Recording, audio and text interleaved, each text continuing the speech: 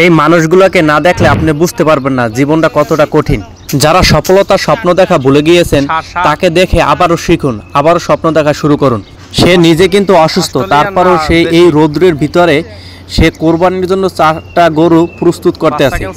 সে দেখেন একটা প্রতিবন্ধী, সে নিজে ঠিকমতো চলাফেরা করতে পারতেছে না, তারপরও সে তার পরিবারকে আগলে রাখার জন্য নিজে পরিশ্রম করে দেখেন গরুর জন্য ঘাস কাটতেছে। এই চৈত্র মাসের রৌদ্র, চারদিকে যখন হাহাকার রৌদ্রের তাপে, তখন ঠিক এই অসুস্থ লোকটা ঘাস কাটায় ব্যস্ত।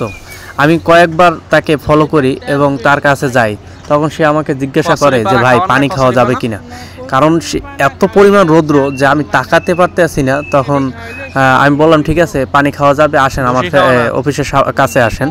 আমার ফ্যাক্টরির সাথেই সে মানে ঘাসটা কাটতেছিল।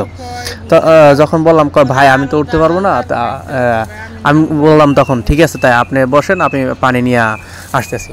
তখন সে পানি খাইলো, পানি খাই তখন আমি একটা জিনিস চিন্তা করে দেখলাম যে দেখেন সে নিজে অসুস্থ, তারপর তার পরিবারের দিকে তার একটা টান আছে, তার একটা দরদ আছে। কিন্তু আমরা যারা সুস্থ সবল মানুষ নিজে অন্যের দোহাই দিয়ে চলতেছি, এখনো বাপ মার উপরে বসে খাইতেছি। আমাদের কি করা উচিত দেখেন, এই মানুষটা দেখে অবশ্যই আপনাদের শেখা উচিত। আমি যে এই অসুস্থ লোকটার ভিডিওটা করছি আমাকে ক্ষমা করে দিবেন, কারণ এই লোকটা বুঝতে পারে না যে আমি ভিডিওটা করছি, কিন্তু আমার ভিডিওটা করার উদ্দেশ্য ছিল না। তারপর আমি ভিডিওটা করলাম কিসের কারণে, কারণ আপনাদের আমি দেখাতে চাচ্ছি যে এই রৌদ্রের ভিতরে একটা অসুস্থ লোকও যে তার পরিবারের জন্য আগে আসতে পারে, কিন্তু আমরা কেন পারি না।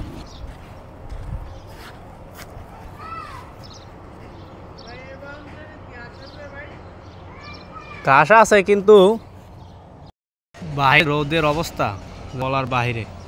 দেখেন এই যে রোদের ভিতরে দেখছেন এই এক ভাই ঘাস কাটতে আছে, কি রোদ্রের ভিতরে দেখেন, আমি ছাওয়ার ভিতরে তাকাইতে পারতে আছি না, আর সেই রোদের ভিতরে ঘাস কাটতে আছে। দেখছেন রোদের অবস্থায় কি করতে আছে, মানে 34 মাসের শেষ দিকে যে রোদের যে তাপ যা বলার বাহিরে।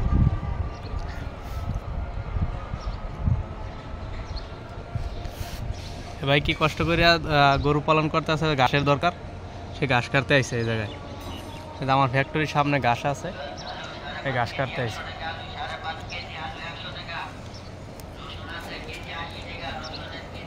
সে এই রৌদ্রে পুরিয়া কোরবানির জন্য গরু প্রস্তুত করতে হয়, তার কষ্টের যে এক মূল্য মানে সে পাবে কিনা আর কোনো গ্যারান্টি নেই।